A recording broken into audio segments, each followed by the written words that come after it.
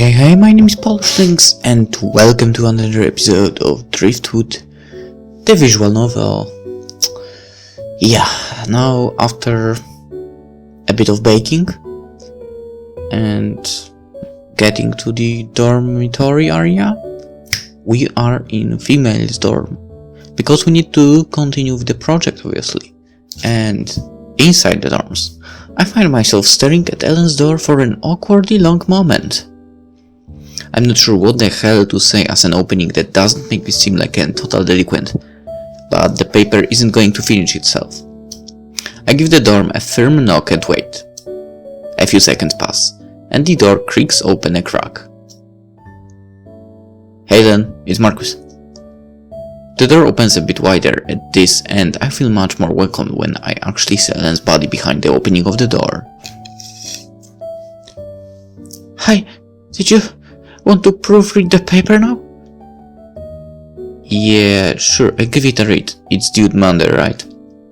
I already know the answer to this question, but if I try my best to carry on a conversation with Ellen, it might make working with her in the future much easier. Yeah. The trademark one-word answer leaves me disarmed, struggling to come up with something to say in response.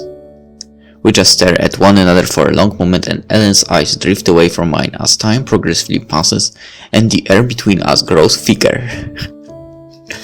I open my mouth to say something. However, I'm stopped by the sight of Ellen disappearing into her room, only to poke her head back out. My email is on the copy. Let me know if you find any errors or anything. Okay. I take the folder and copy of the paper before tilting my head back towards Ellen, curious as to why she was being so sheepish. I suppose it only makes sense. Alright, I'll let you know.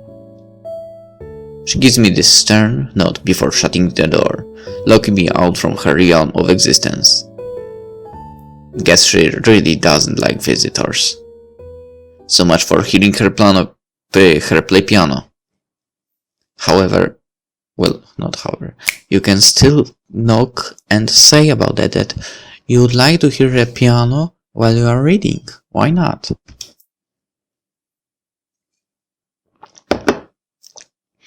I suppose the only thing to do is to get some homework done and look over the paper.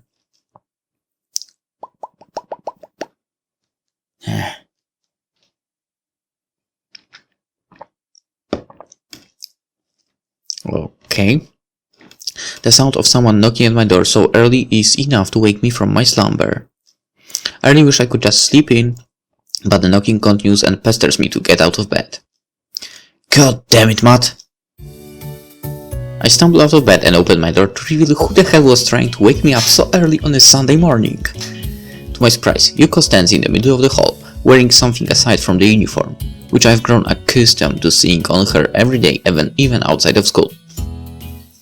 Her clothing choice is physically appealing and accentuates her figure, but it's still classy to the extent of not looking to risk or smutty. But I can't deny the fact it's hard not to notice her assets. Good morning, Marcus! Okay. Morning. What time is it anyways? Yuko grins, not seeming to care about the fact I'm still half asleep. Time for you to wake up, sleepyhead! Seriously? I'm up. Did you want my help today or something? I remember you needed me to not have plans. Actually, I was going to treat you and a few people to breakfast to welcome you and congratulate on your first week of school here. And a few people. What? I thought it'd be nice, a little treat for all of us. I scratched the side of my head, feeling indebted to Yuko for even thinking of such a thing for me. She's done quite a bit just to make me feel welcomed. I feel like, if anything, I should be thanking her and offering her some kind of gift instead of the contrary. I really appreciate that. She smiles, nodding her head joyfully at my gesture. It's what I'm here for. Go get ready. We'll be out at the school, near the front door. Alright, I'll meet you over there. With a small smile growing on my lips, I close the door and get ready as quickly as I can. Today's weather is a little chilly and I can sense that summer is on its last legs. The ground is coated with small traces of red and brown leaves, indicating that fall is on its way. I've gotten into the habit of wearing the uniform over my regular clothing, mostly because of how comfortable it is. I also think I look good with it on, which is a rare occasion, figuring I've always been sort of picky about what I wear. So I might as well wear it if I like it. It's Sunday, dude. But, well, whatever. It's your choice. I found Eric and Jay at the front of the school near the entrance. Hey guys. Eric yawns quietly and slaps himself lightly in the face, trying to wake up. Hey man. Jay seems just a bit more awake. It's obvious to see that they both didn't get much sleep last night, or just weren't prepared to wake up so early. I can hear the sound of light-footed steps on pavement and I glance towards the school for a second to see that Yuko is on her way over towards the three of us. She pauses as she reaches where we stand, looking up the road for a moment before pouting. Where's he? I told him to be here. Well, is Matt really reliable? The three of them go silent in disbelief at the honesty of my comment. Maybe it wasn't such a good idea for him to drive us. Eric and Jay groan out in agony at the fact that Matt may not even show up. Suddenly the vibration of a powerful sound system thumping can be heard in the distance and a car swerves into the sand lot of the school's road system. The car pulls up and the window rolls down, revealing Matt. I'm not going to lie, he looks like a total tool, but at least he has a car and a license and is willing to drive us all to a breakfast. I can be grateful to him for that much. Aside from Matt's shitty and unpredictable driving skills, as expected, the trip into the town Yuko had planned to have breakfast is quick and easy. The small restaurant has a homey atmosphere, kind of like a really aged house that a grandmother would live in. Cool.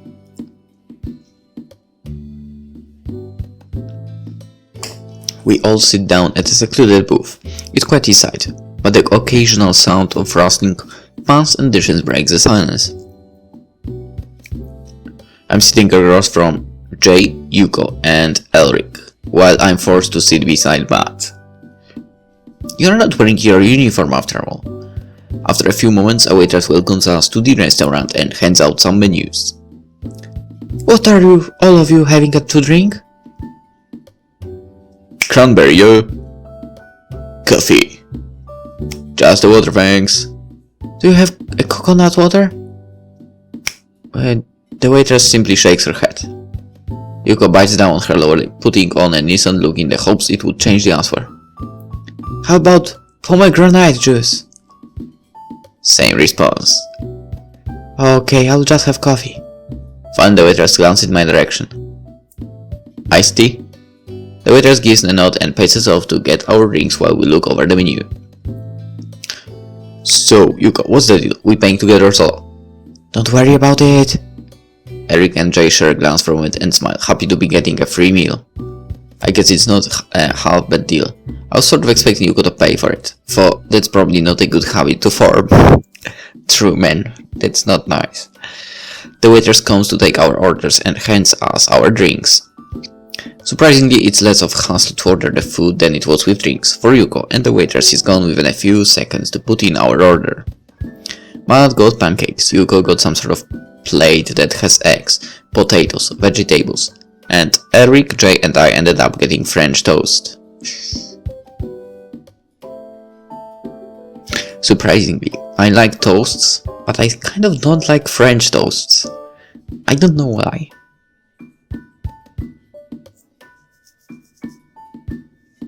At least what they sell in here, in Poland, right? So French toast, no for me. The other version is, I think, American toast, and that's somehow acceptable by me.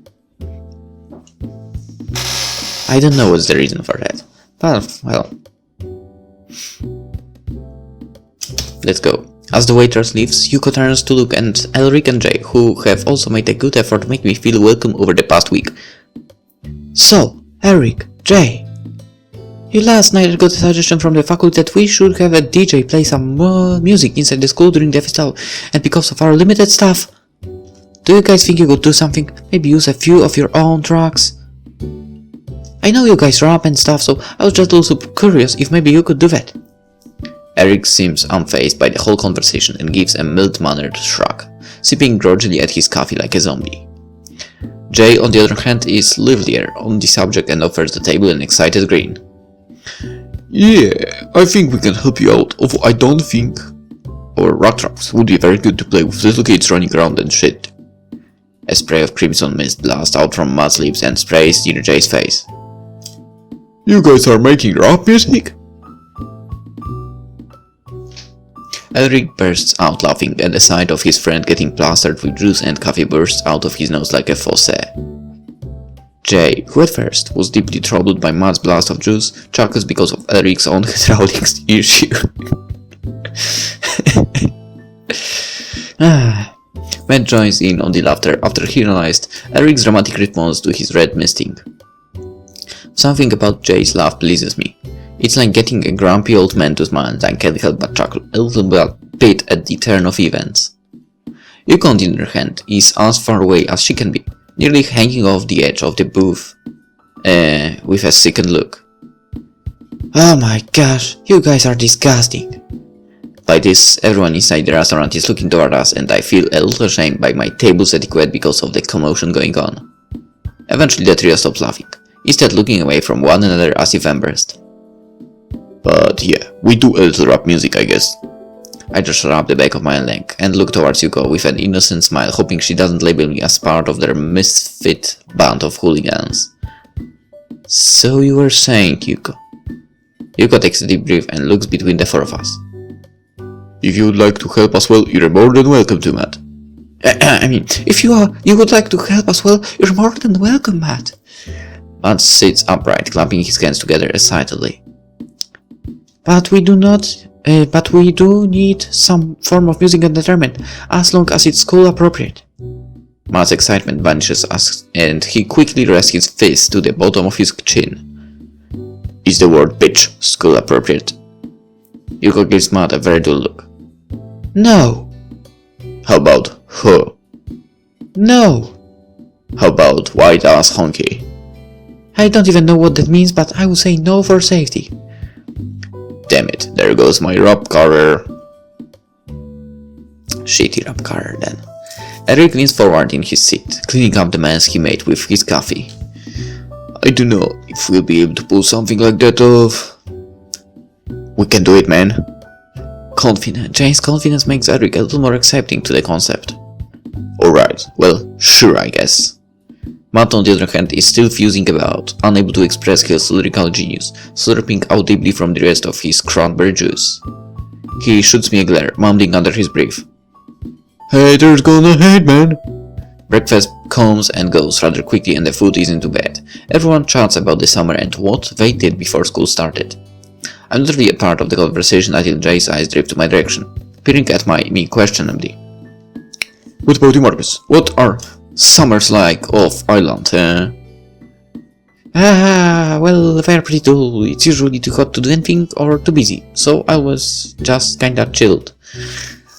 At least you had shit to do in Boston. We don't have anything here. Not a bowling alley or anything. Nothing. There's mini golf place. That doesn't count. How does it not count?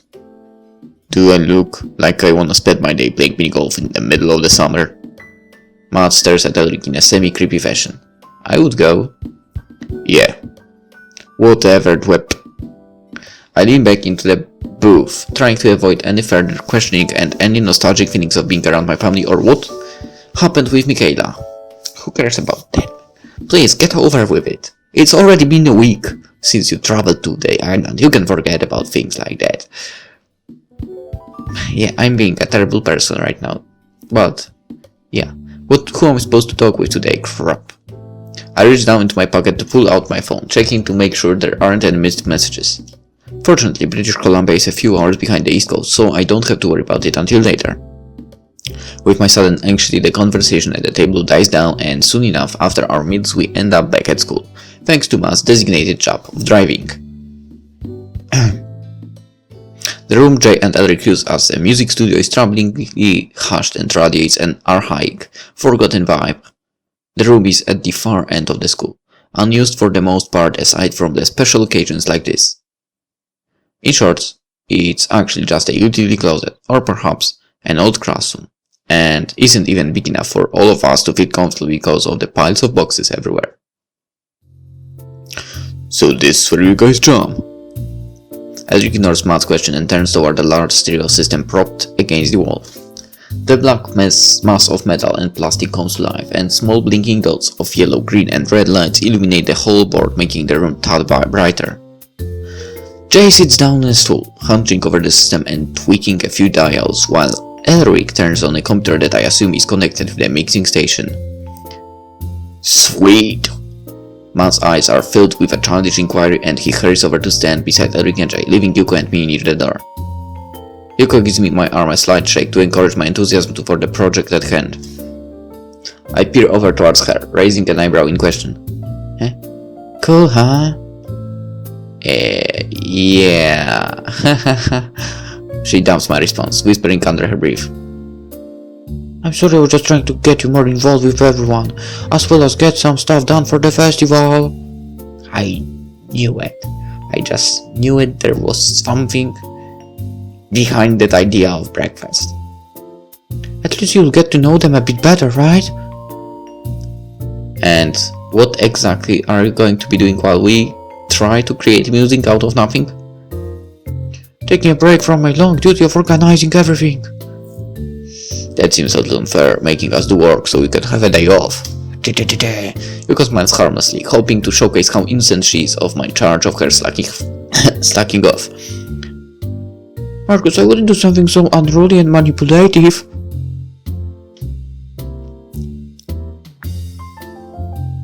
I'm not sure I believe that. She tries once more to sway my opinion, fluttering her eyelashes as a puppy-eyed pout forms on her face. I'm not buying it. I think you were bribing us with pancakes and maple syrup. If the others realized what I had, they probably wouldn't be motivated to work on the family-friendly music at all. I give you a small grin and step forward, as if I were going to tell the other three in the room about her scam to take the day off. Her hand reaches out and tugs at my wrist, pulling me back towards her. I bought breakfast for you! Oh, so it was a bribe. Well, no. It's fine, I won't tell anyone. If you let me off the hook, I still have the proofread the paper for Mr. Marard. Oh, you actually have some work to do? Yeah. By all means, go take care of that, silly. Yuko gives me a cheaper smile, which is quite contagious. I turn back towards the group and offer them a wave. Hey guys, I forgot I had some work to get done for Monday, gotta finish it. Especially Mallard's paper. Oh good bro, keep it chill. Eric gives me a thumbs up and continues his efforts, leaving me to look back at Yuko with a pleased expression. Alright, well, I'll catch you later, gotta get the done up. If you need any help, always feel free to ask. I love proofreading. Why? I will let you know, if there is need. I don't know. I give you a smile as I depart from the door, figuring it was best to not hesitate on getting that done, especially when it's due soon. I do want to make a good first impression for Mr. Mallard after all. But I have a feeling there's going to be a lot of work that needs to be done prior to the festival, just to keep everyone on track with that particular day off.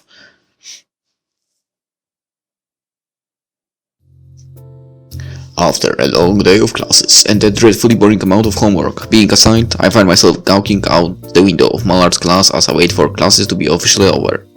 The paper presentation went surprisingly well, and I think Mr. Mallard appreciated the effort that was put into it. I've tried my best to hang out as much work as possible, but it's pretty frustrating how they seem to have piled it up just a few days before the festival everyone's so excited for. I suppose it makes at least a little sense. do the work, get rewarded with the fun stuff afterwards. Yeah, that makes sense. Either way, once school is out, I make my way outside to enjoy the fresh air, only to find Nora on the deck with a surprised look. Oh, Marcus, mind helping me out? No. She looks pretty happy that I'm here. She must be in some sort of trouble. Sure, what's up? I need to pick up supplies for the festival, but I'm not going to be able to carry it all in one trip. Her face turns to a pout then. And if I make 2 trips, I'll end up missing my bus back home. Yeah, of course. I say it without thinking. Oh, come on. I couldn't say no to her. But really, it's not a big deal. Just 10 minutes of time is going to kill me. Thanks so much. Let's go. Gotta hurry. I give a nod and follow after Nora's long strides, her height making quite the difference in our pace. So she's taller, huh? I never actually noticed that she's just a bit taller than me, if not the same height. So taller or the same, man. It's a struggle to keep up her, but she's in a hurry, so I try my best. So, why do they need you to pick up supplies at such last minute like this? Didn't they have all week to have someone else to do it? Yeah, the head chef is a bit scatterbrained sometimes. I have to plan and organize some of this stuff for him, just because he's always concentrating on other things. She gives me a shake of the head and sighs. Can't blame him for he's having a rough time. Eh? Yeah, wife divorcing him and taking half his shit and wanting the keys to herself and all that. Greedy harpy. Nora coughs and rolls her eyes, evidently upset by this. Well, that is a lot to have on the mind, that's true. It's a shame. Nora says simply before pausing at the door of the grocery store and pulling out the small list of things needed from her shorts pocket. Alright, here to save time. She rips it in half and offers the torn piece to me. Grab all that stuff and then meet me at the register. I've got the cash for it all. Try to be quick. If I might miss my bus, I have to wait until like 7 PM to get home. Okay, then I will wait with you. 7 PM? The buses aren't that scattered? I live up island, so the bus doesn't really go out there too often. Up island? What the hell does it mean? Nora blinks, only to stare at me for a moment before chuckling and shaking her head. I'll explain later. She proceeds to push me towards the door of the grocery store, entering inside with me. Before I can question her again, she grabs 2 baskets and makes her way towards the dairy section, leaving me with a stumped look at the half-torn piece of paper. Well, hopefully she does explain later. Up Island seems like some sort of joke or something. Like the all up dog thing. What's up, dog? Heh. So funny. I laughed so much. I glance down at the paper and read off each thing in my head as I grab a basket and pace up and down the aisles, scooping up each. I try to be quick, not wanting to ruin Nora's day by forcing her to stay for longer than she needed. Getting home so late at night sounds like a total pain. Within just a few minutes, I've collected all the stuff needed and make my way to the registers, finding Nora already getting her own items checked out. I settle the miniature car down and unload everything on the conveyor belt beside Nora's stuff. So, the bus doesn't follow the same schedule for every place on the island. Nope, it wouldn't make sense to have a bus run every hour to a place with the lowest population in the area, don't you think? Oh, is it really rural where you live? Nora just chuckles and gives me a look as if I was just a child or something, but doesn't bother answering my question. I don't really make a big fuss out of not getting the answer and we clear through the register pretty quickly. The cashier packs everything into 4 big paper bags, large enough so Nora couldn't possibly carry all of them on her own. We both carry 2 and make our way back to the school. However, as you can see, she doesn't carry any of them, so basically we carry all 4. But that's not a problem. As a guy, you have to be able to do that. My curiosity pokes me to ask another question, partially just to get conversation going. So, why is she divorcing the head chef guy? Why? Because she's unhappy and wants to move on. Well, I mean, aside from that, maybe something? You mean what did he do? I guess that's what I'm saying, yeah. He's told me he didn't do anything wrong. Nora gives a light shrug and purses her lips. From what I understand, he comes from a family with a good bit of wealth. He's only our head chef because he enjoys cooking for kids and likes having a job, instead of just living off what his parents made for him. So if he was so wealthy and had a steady life like that, why would she leave? Beats me. Makes sense for a good-for-nothing person like her for...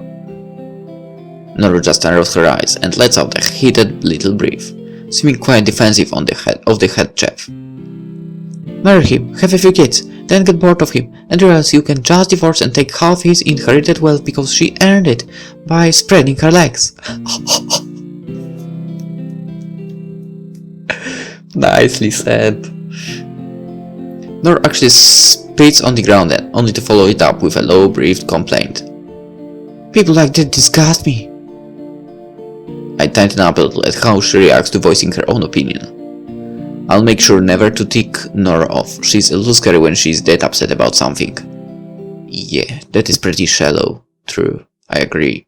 Then again, perhaps I just hate it because it's the opposite of my lifestyle. Hard work gets rewards, not being a flake. Nora takes a deep breath, then and lets out a sigh of disappointment. It's a shame people can't be truthful, you know, Marcus? Well, it might not always have been her intent. Maybe she did love him before everything. Maybe, but if she loved him at any point, she know what she's doing now is just a straight up fuck you to his face. She has a point, but she's going to leave too.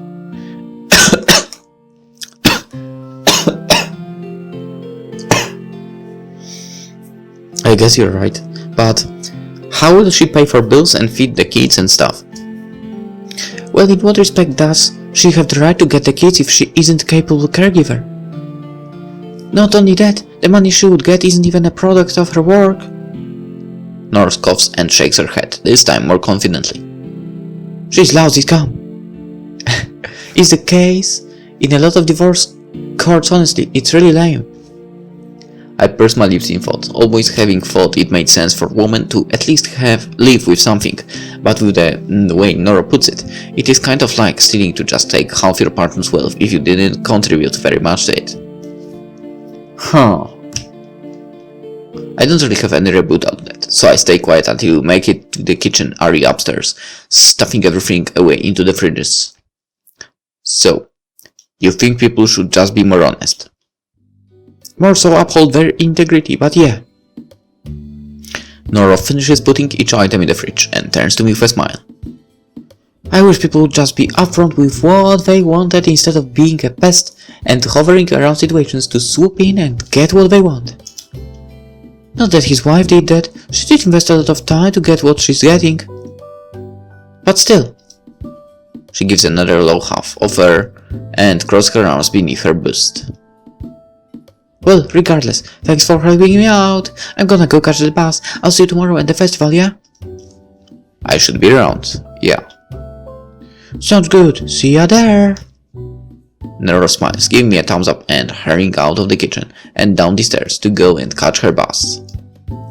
She certainly isn't the type of person I expected her to be when I first saw her, but I suppose the adage of not judging a book by its cover exists for a reason. Yeah. But I like her. The morning of the festival comes and I'm a bit excited to enjoy the school's hard work. Although I do have to help out with the festival, it will be fun to check some of this stuff out. Apparently there are different games everyone can play, varying from dunking people into a pool of water to just trying to land a ping pong ball into a cup. I'm sure whoever came up with that idea certainly wasn't thinking about beer pong. Of course not. We also have to group up and work at a stand for a part of the festival, which is understandable. Figuring if we didn't, all the stands would be unmanned. Alright everyone! Mallard's voice breaks the chit-chatter of everyone in the room and we all fall silent, listening to Mallard's directions. We're all separating into different groups to man different stations in the festival. Mallard goes on, talking about each role a person would have in a different stance before starting to list off names for each of the groups. Eventually I hear my name. Marcus, you are in Nora's group and will be meeting her and the rest of your teammates in the kitchen. I give a nod and wait for him to finish, giving us the last little details needed before dismissing us. I make my way down the hall and up the stairs, only to find Nora by herself, sitting on the edge of the counter.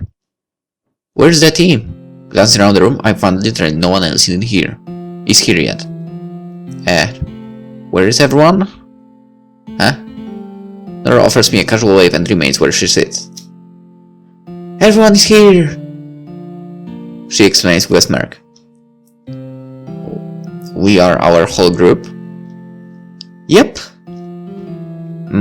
So what are we doing? Well, we have to finish up cooking some stuff for the festival, and then you are basically free to do whatever. Nora hops down from her seat, and sets each of her hands down her hips. I managed to convince Mallard and Yuko we've both done our share of work, so they will let us enjoy the festival fully. You're the best! I stand in the doorway with a rather stupefied feeling coming over me. So, what do we have to cook? Just some cupcakes. That's it. Yep, that's it.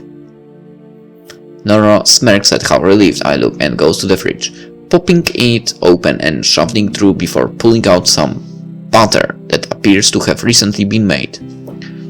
All you gotta do is put everything in the molds and then we wait for them to bake, and add some frosting and we are good. And then what? Then we have the whole day off. Really? Why? Do you have someplace you need to be? No, I just didn't expect this, to be honest, really. Seems like a cakewalk. A cupcake walk! Nora chimes in, a little smirk coming to her lips. Huh. Yeah, I've had better. She chuckles, then reaching for some trays within the cupboards and handing them to me. Oh, you are known for your jokes and puns? I get good ones from time to time. From time to time. Okay. But let's get this finished up real quick. After they are done, we can add the frosting and bring them out to the festival and we'll be free to do whatever we like. Sounds like a plan. I smile, happy to know today would be so easy. I feel kind of bad for the rest of my friends, all of them having to work for most of the day before enjoying their time off. After a few minutes of setting up several trays of cupcakes and preheating the ovens, we finally finish with the preparations, leaving Nora and I to just look at each other from either side of the island in the kitchen. So, you said you were from Boston, right? That's what I've heard at least. Yep, Boston. Why? What was it like there? Busy, clustered, never a quiet moment, I guess. Never any peace and quiet? Hardly. I enjoy the island because of that. There's not too much noise. I've noticed, sleeping here actually is kind of a problem sometimes because it's so quiet. Do you ever listen to music while going to bed? Not really, no. I think you should give that a try.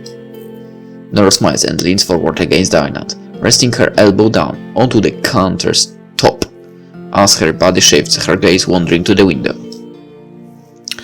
When I was younger, I'd have problems sleeping. Eventually I decided to just put on some of my favorite music, the type of stuff you listen to that make you happy. Put me to sleep like a rock. I think about it for a moment, before giving a light shrug, not thinking too hard about sleep remedies. Instead, I finish up with the trays and set them all into the ovens that are now heating up. I tilt my head back towards Nora, figuring I'd ask her something I always wonder about. Huh, do you think music taste is based on personality? Nora purses her lips for a long while, humming quietly as she thinks. That's actually a good question. Do you think people's sexual fetishes are that way too?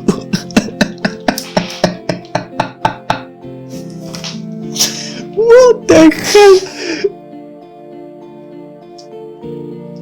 Okay. What? She grins at making the question just a tad more daunting. No? Then I'd have to say the same about music. I think different genres can be enjoyed by lots of people.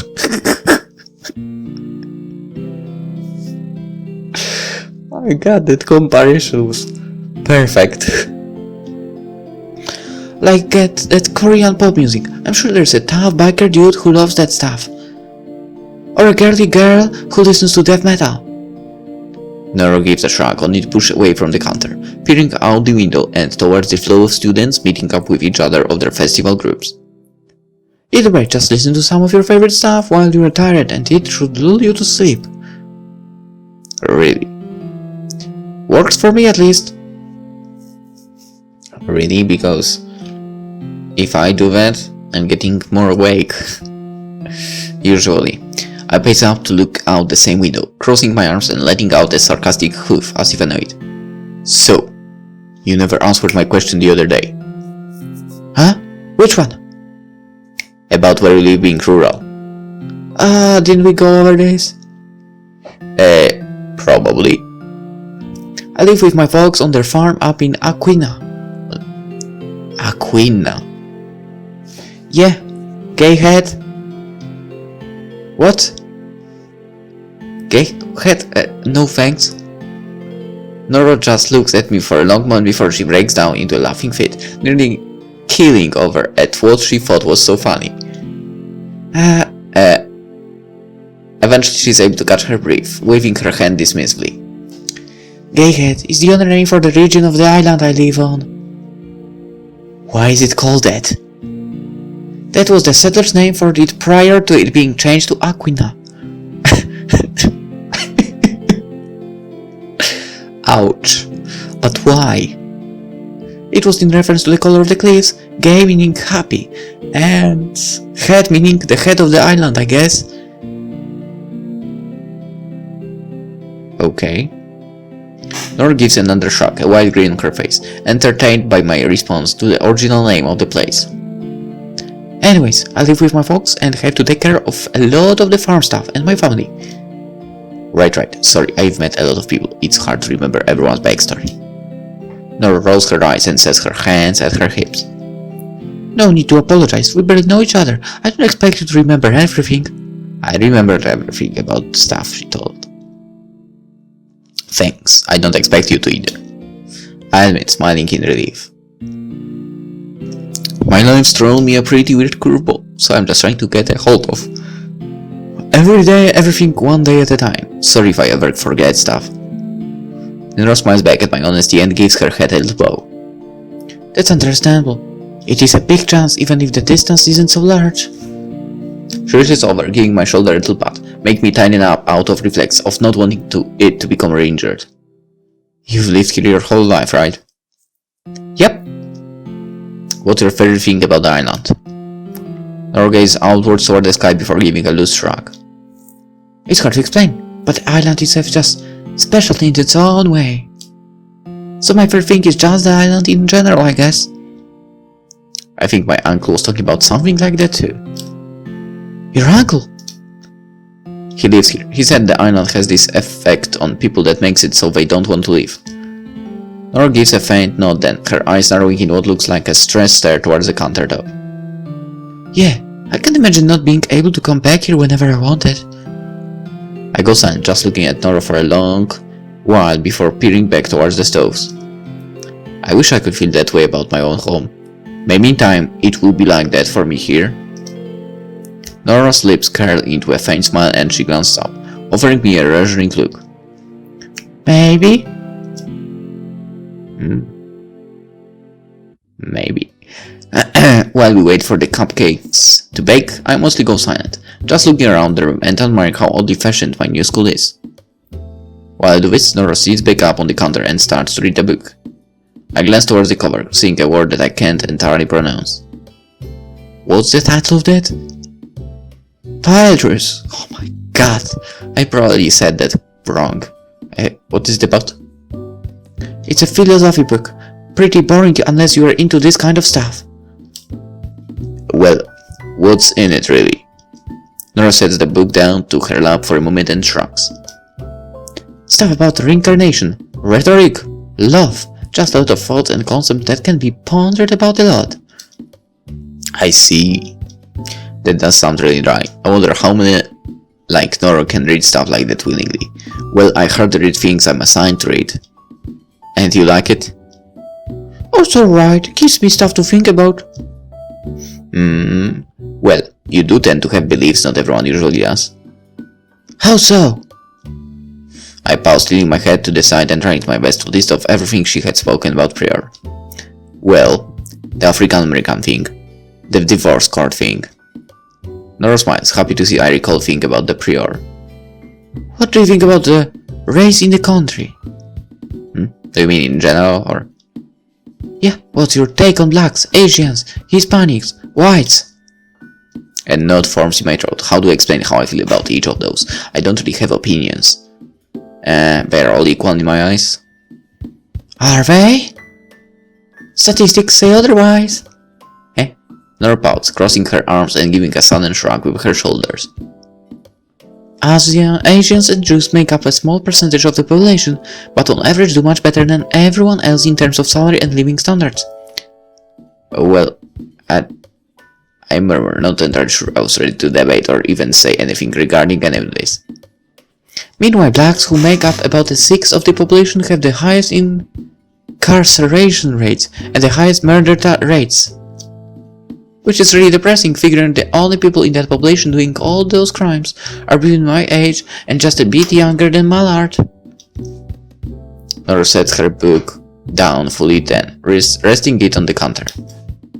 So about 1 or 2% of the demographic population is involved in 50% of all the murders and crimes here. How's that for a stat? Feeling utterly uncomfortable, I just stand still and rest my hands in front of my lap. A stat for sure. Pretty sad, especially when the media always pushes for the opposite, like they are the oppressed ones. In reality, they are oppressing their own communities. Who is? The niggas! I just stared at Nora for a long moment, uncertain if she was pulling my leg or something. What? Look, there's two types of people in every race. There's the stereotypical trash and the people that actually act like human beings. White people have racist trailer park trash, Hispanics have illegals that come here to sell drugs, Asians have those awful drivers.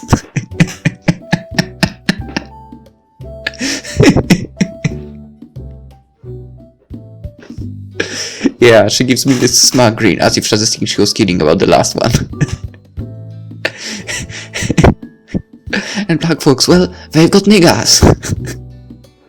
I still haven't got over this driving stuff. Oh. Good one. It's okay, I get it. Nora waves her hand dismissively in my direction. You're not comfortable talking about it. A lot of people aren't. It's part of the reason it's still an issue. I looked down the floor, actually feeling bad that Nora was trying to have a discussion with me and I wasn't contributing anything. I just don't expect to hear that kind of stuff from someone with your skin color, I guess. Yeah, most would just call me an Uncle Tom. Or something like that. Nora gives a roll of her eyes. You can use any words you like. Freedom of expression is a right this country is supposed to uphold. Being mean and calling people certain things is much different than saying they should be put to death or be made slaves again.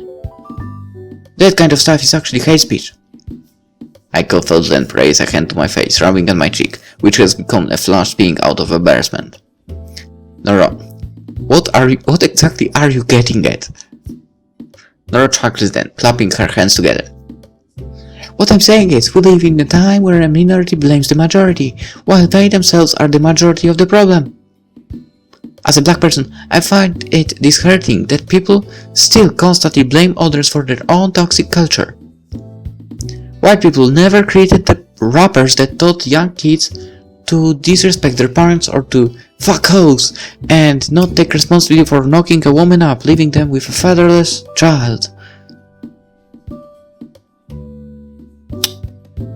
Huh. Are you sure about that?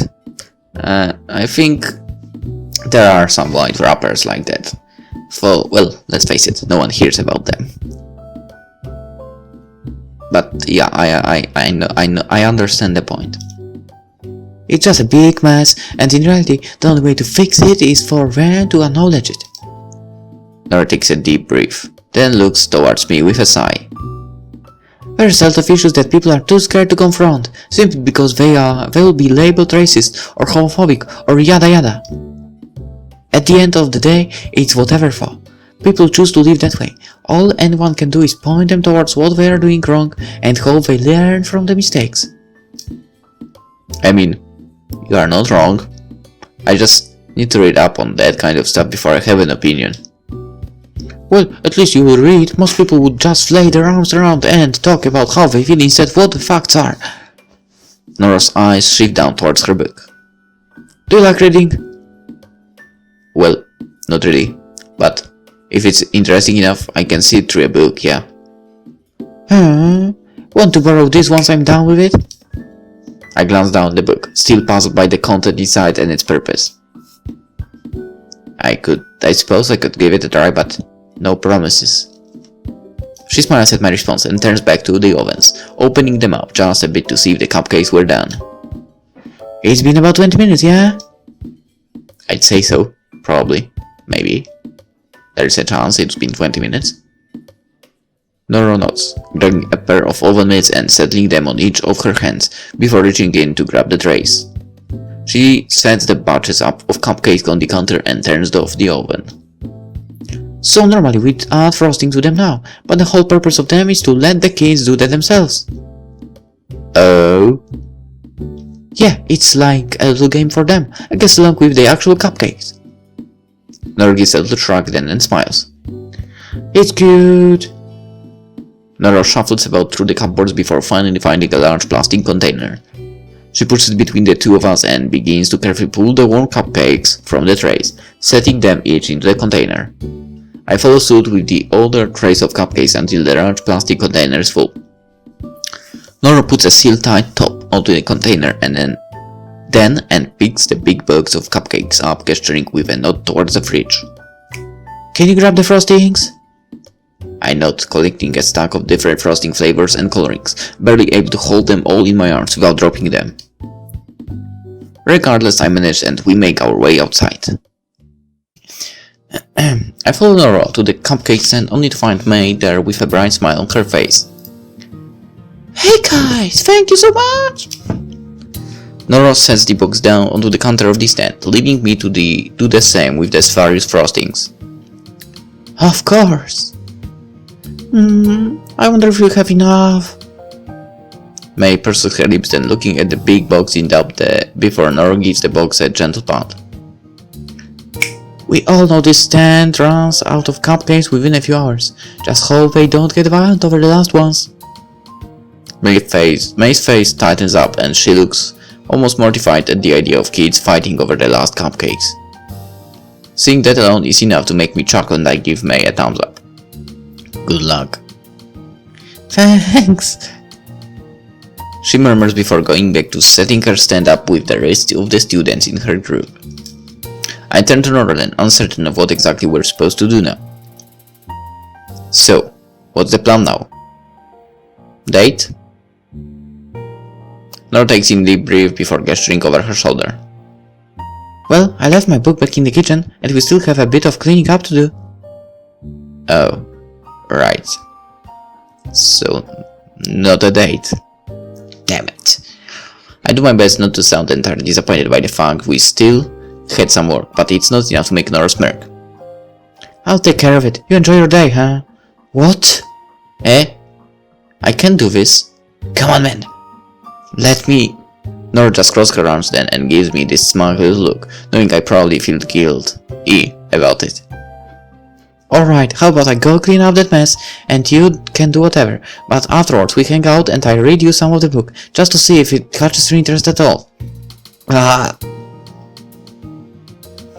think I'd rather help you. That idea seems a little strange, but I'm not against it. Sure, where should I meet you? I found ya. Hey, she says this with a tone of confidence that even makes me smile. Alright, see you later. Nora gives me a wave and ventures back towards the school, leaving me standing next to May's cupcake stand. What book is she talking about? May's voice startles me enough to make me twitch, causing her to giggle. Yeah, it's some philosophy book or something. Oh, philosophy.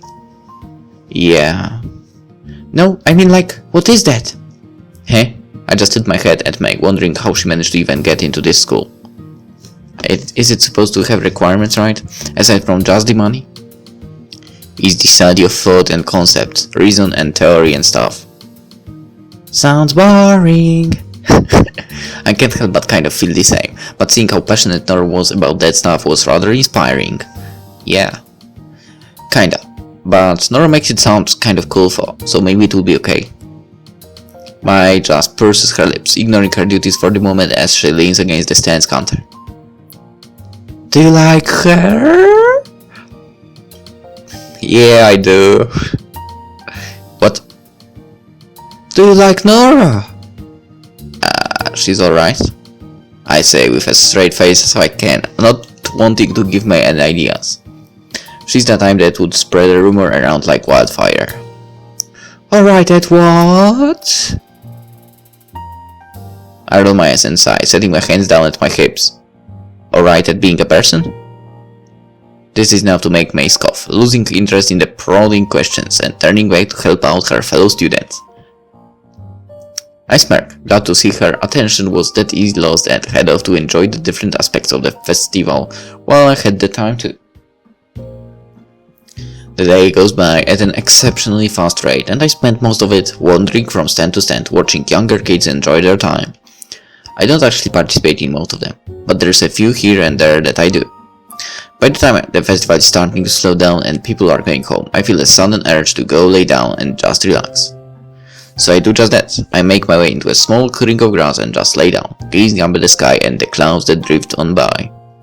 The sound of kids and people talking reminds me of the day at the park and I can't help but smile.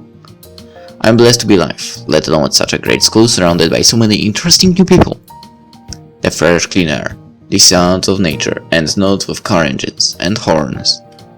I close my eyes for just a moment and tilt my head to rest my face slightly into the green grass beneath me. And then the sound of something nearby shuffling around stirs me from my unintentional nap. I open my eyes only to be greeted by a dark sky. Oh shit! I blurt out, sitting up and glancing around me, only to see Nora sitting beside me with her face half hidden by that book of hers.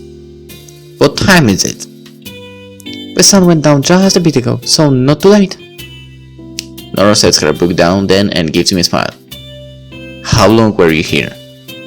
A few minutes. I'm surprised you managed to fall asleep with all the noise going on with the festival.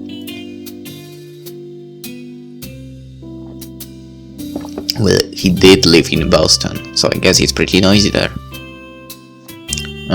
Maybe it helped me fall asleep. I give a loose shrug and flop back into the grass, honestly feeling pretty embarrassed about how I spent half my day. Well, you didn't miss much. Nora lays back then and gazes upwards toward the dark sky, examining the stars that are slowly becoming visible. Just a bunch of kids having fun and a bunch of teenagers complaining.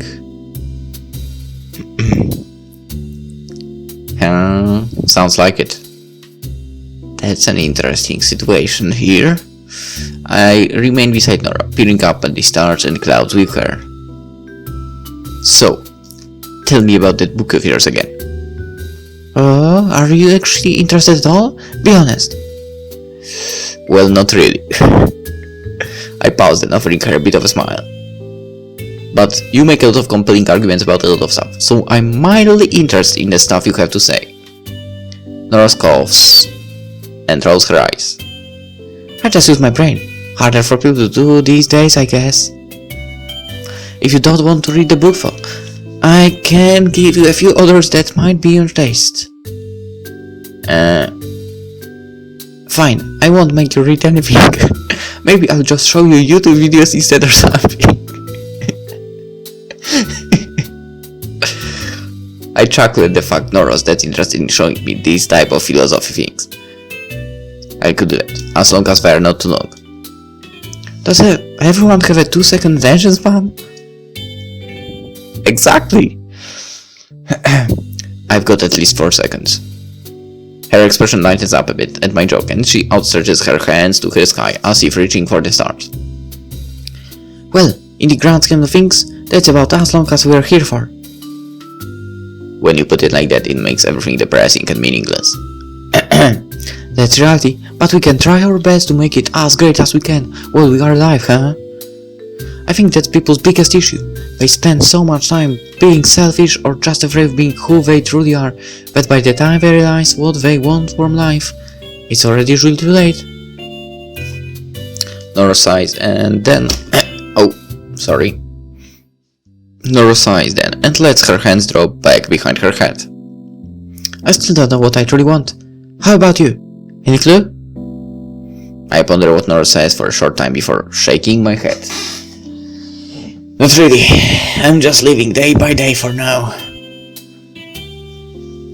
And it will probably continue for some time as well. That's good and bad at the same time. How do you figure? Well, you tackle each challenge as it comes, but overall nothing really comes of it. You're essentially stagnating in a river. Yeah. You just swim fast enough to keep up with the current, but never push past or fall behind it. In a sense, she has a point, but it's a really odd way to think of life. So, you think I should have an end goal or something to push past that current? Whether it be to lose 5 pounds or to get good at a different language by a certain point? Yeah! You need to do something productive in your free time, otherwise, well, you kinda just don't get anywhere. That's how I feel, at least. Nor gives a dim shrug and looks down towards her book. I never used to read, but now that I do, I feel a lot more, well, intellectual, I guess. Well, you do seem pretty smart. Smarter than me, at least. She reaches over, giving my head a gentle bonk before sitting it up. Based on averages, you should be more intelligent than me. Pace, IQ, and such are for different races. Eh? What? How? General intelligence, you know, IQ. Yeah, but how would yours be lower? On average, it should be simple. Simply because I'm African American, with a little bit of Native American thrown in. What are you talking about right now? Nora smirks, then as if she wasn't even bothered by the fact that might be the case. My IQ should be above triple digits, but I think I got pretty lucky with the draw. How do you even figure that? Well, if you take the average IQ of every country and then average it out with the race. She pauses then, sitting up fully and grabbing the book, only to drop it into my chest lightly. I just remember that I've got to go catch my bus. I'll explain another time. But what about your book? I'll leave it with you. If you decide to read it, you can tell me what you think about it, huh? Alright, I'll give it a try, I guess. Probably, maybe. There's a chance. If you like it, you like it. If not, well... She gives me a nod and reaches down to give my head a pat as I sit up. See you later. Sure thing. I watch as Nora leaves, half stupefied by her questioning her own intelligence because of her race, and half stupefied that it didn't seem to bother her that it could be the case. She really does seem to put her thought process over her emotions, which is hard to do, especially for a woman, at least from what I've experienced. Maybe I can ask her if that's the case. I bet she knows plenty of stuff on that. Now that I think of it, Nora is actually a huge nerd. What? I wouldn't call that, but yeah, maybe a bit. But she's not bad. It's actually nice hanging out with her. I agree. Perhaps I should give this book a read and let her know how I feel about it. That's right, you are not going to sleep. Basically, you are not sleeping tonight. You are reading the book. For now, though, I think I could use an actual bed to sleep in. Come on, man, you slept half day. I'm a bit worn out from the day of walking around the festival, so I think I'll have to just pass on Yuko's party. I'm sure she will understand. Besides, I do want to read a few pages of this book Noro gave me, at least to get a taste of what the hell goes on in that head of hers. She's certainly something different, possibly even quite special.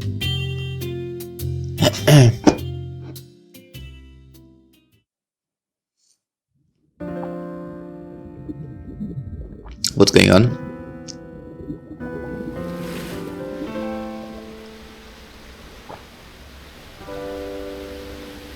What's happening? Is this the end? Oh, I did read that it was Act 1 or something like that for now. But already? I wanted to enjoy this a little more, a little longer.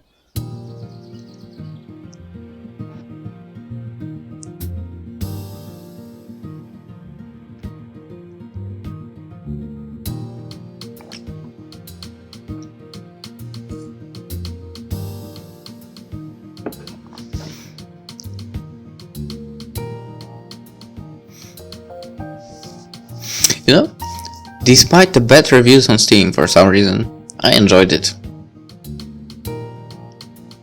But you know, in reviews basically people mostly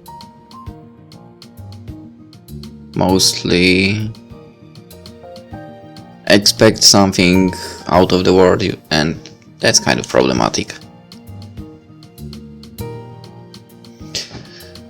And mostly they don't really know how much effort you have to put in some of the projects.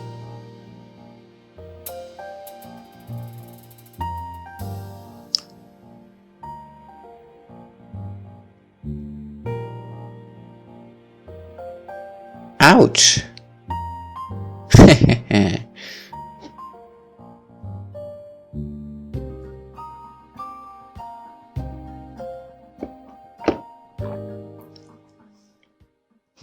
Okay, so that was actually in the intro to the game as well. Please follow us on Facebook. I actually do already. Launching another fundraising ad found Act 2. Okay. Hope you enjoyed the game. Please feel free to message us on the Facebook page with anything you have to say. We're always willing to listen to our fans. Okay. Well, so that would be it. You know, also about the story, I know people usually expect something extraordinary and so on, but it's nice to, I believe, at least in my opinion, it's nice to actually get to just your normal life without any weird superpowers and so on, and go through normal days. And that's what is in Driftwood. So yeah, I enjoyed it very much. But it's the end of the series. Well, for now. But because maybe there will be Act 2 after some time, we'll see. But yeah, for now it's the end. And well, bye bye, goodbye, I guess. Hope you enjoyed it. And see you in the next game. Hopefully. Bye bye. I probably will have to get this merged with the around 50 minutes I recorded before, after all. Well, but that's just my thinking right now. So yeah, see you in the next one.